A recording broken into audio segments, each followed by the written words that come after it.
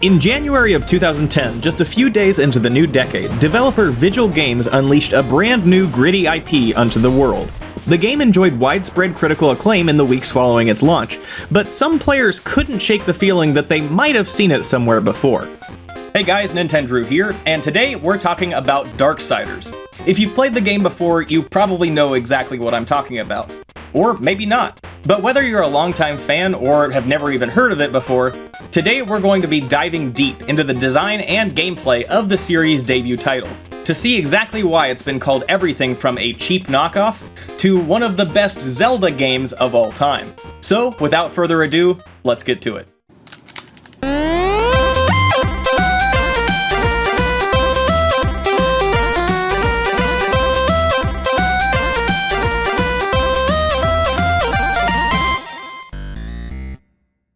Alright, just before we get started, fair warning, there will definitely be spoilers ahead.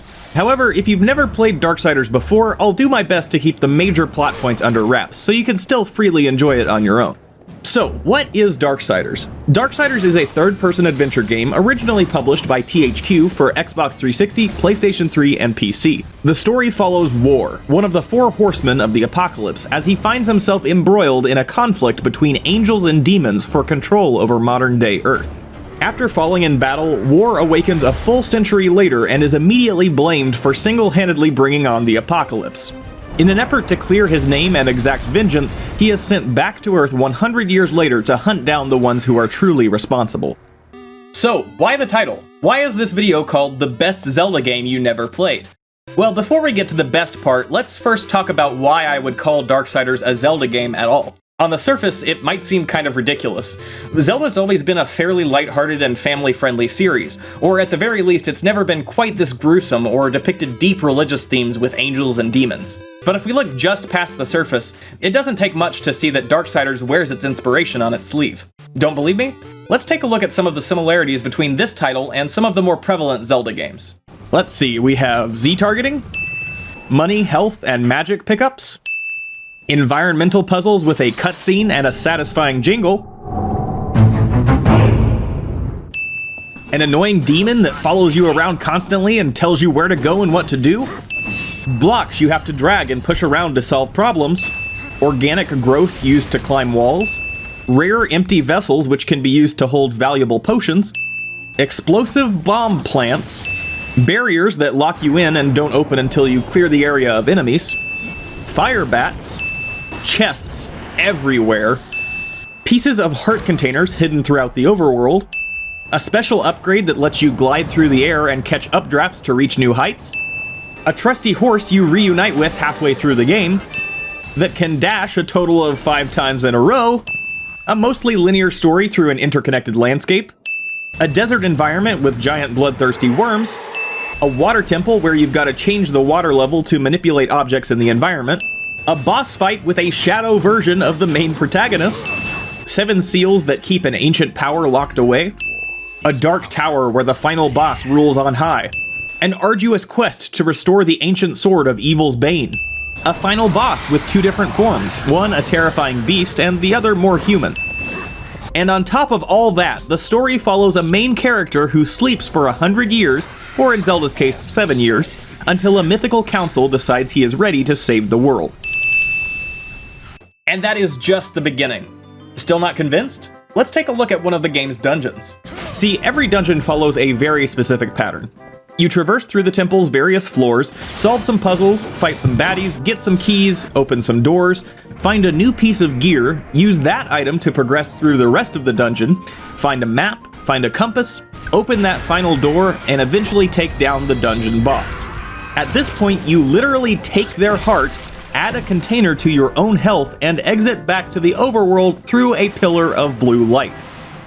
Oh, and what are those items you collect throughout the game? A magical instrument that helps you get past obstacles, a boomerang which can lock onto multiple targets, a hookshot to drag yourself toward climbable walls, an iron gauntlet to break sturdy barriers and move objects you weren't able to before, a mask which lets you see into a secret realm, and a portal gun? Okay, now we're copying other games. Let's stick to the topic at hand. Even outside of these very specific examples, which are very clearly inspired by Zelda, some of the environments and moments are just strikingly similar. Basically, just put War in a green dress and slap some elf ears on him and you've got yourself Ocarina of Time 2. Later titles in the series did distance themselves a bit from the Zelda formula and kind of made their own path, but some moments still remain true to their roots. I mean, you look at this and tell me that's not Hyrule Field. Come on. Okay, so we have talked a lot about similarities, but what does Darksiders do differently? Is it just a blatant clone? Well, no, to Darksiders' credit, the game does make lots of little improvements to help make the overall experience more enjoyable. For one thing, everything just feels faster and more convenient. Remember those vine walls that took forever to climb in Ocarina of Time? Now you can just jump up them. Much less of a hassle. The same goes for crossing ledges and lots of other little traversal mechanics. Moving through environments feels really good and doesn't tend to interrupt the flow of exploration. But just in case you don't feel like walking to the next goal, you can also fast travel between any shops you've discovered on the map, taking all of the frustration out of backtracking. And you can actually jump on command! What a time to be alive. From the beginning, Darksiders is really good at making you as the player feel like a badass. Right when you start the game, you're super powerful, picking up cars and tossing them around like nothing. But the foes you face are scaled to match. Yes, you are War, one of the 4 horsemen of the apocalypse with the strength of a demigod, but some of your enemies are giant demons that could reduce you to rubble if they look at you the wrong way. So, a little give and take. Speaking of which, the combat system is another aspect which really shines and sets the game apart. Instead of the typical Zelda fighting formula, Darksiders leans more towards a God of War or Devil May Cry style of hack-and-slash gameplay. Aside from the basic sword slashes, you can also unlock and perform a variety of complex maneuvers to give you an edge on different types of enemies throughout the world.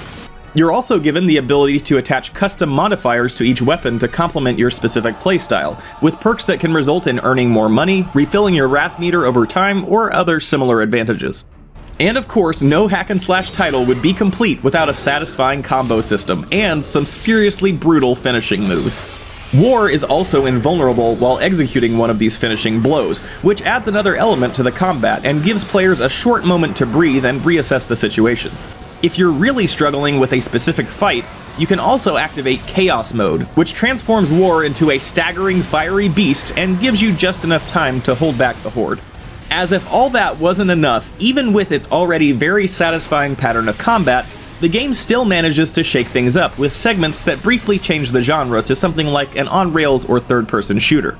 These missions help to break up the gameplay and keep the player on their toes, really making the whole thing feel like a big adventure rather than Link's giant to-do list. But the biggest difference to me with Darksiders is the theming. It's definitely meant for a more mature audience, and in many ways it feels like Darksiders is targeting those people who grew up with Ocarina of Time. It definitely has its own unique and interesting plot that sets it apart from its more family-friendly inspirations, and it also sports beautiful post-apocalyptic modern-day environments, which aren't quite like anything we've seen from Zelda so far. Plus, the tutorial character is played by none other than Mark Hamill. Does Zelda have Mark Hamill? I didn't think so. If it wasn't clear already, I am a fan of Darksiders. I wouldn't be making a 10-minute video dissecting it if I wasn't. But that's not to say it's all good. If I had to choose one thing to criticize about the game, it would definitely be its NPCs, or lack thereof. In Ocarina of Time, there are bustling communities. In Darksiders, everyone's dead. It's like Ocarina of Time after Ganondorf has wrecked the place. Oh yeah, spoilers.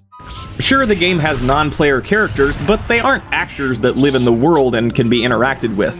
They're only present in scripted cutscenes or on-rails segments, and only in fleeting moments. So on the whole, the world is very bleak and empty. But that's kind of the point. Unlike Zelda, this isn't some grand quest to vanquish evil and save the world.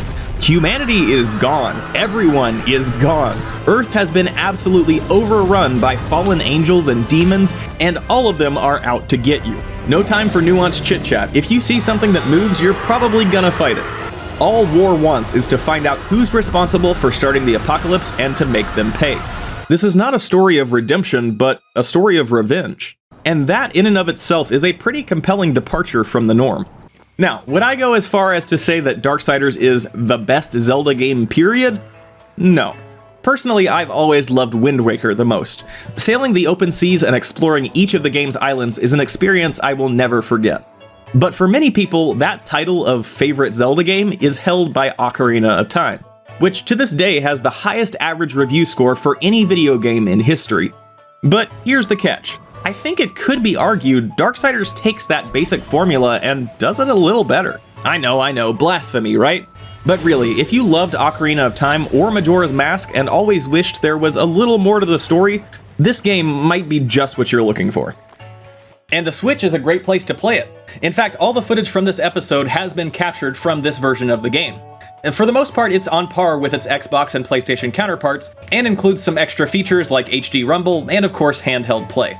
Especially with Darksiders Genesis on the horizon, and rumors that a Darksiders 3 port may be right around the corner as well, now is a great time to introduce yourself to the series if you missed it last generation. If you've ever considered yourself a Zelda fan, do yourself a favor and give this one a go. You won't regret it. But anyway, that's gonna do it for this video. Thank you so much for watching. I really hope you enjoyed this opinion piece on Darksiders. I know it's kind of different from my normal content, but I really hope you enjoyed, and as always, make sure to let me know what you thought of it down in the comments below. If you did enjoy the video, please do consider subscribing to Nintendrew for all sorts of cool gaming content, and otherwise, I'll see you in the next one. Bye! Hey guys, thanks again for watching and for making it all the way to the end of the video. If you like this one, here are 2 more videos you might like as well. As always, if you like what I do and would like to help out the channel, I've got a link to my Patreon on the right side of your screen. And otherwise, I hope you look forward to the next one. Take care!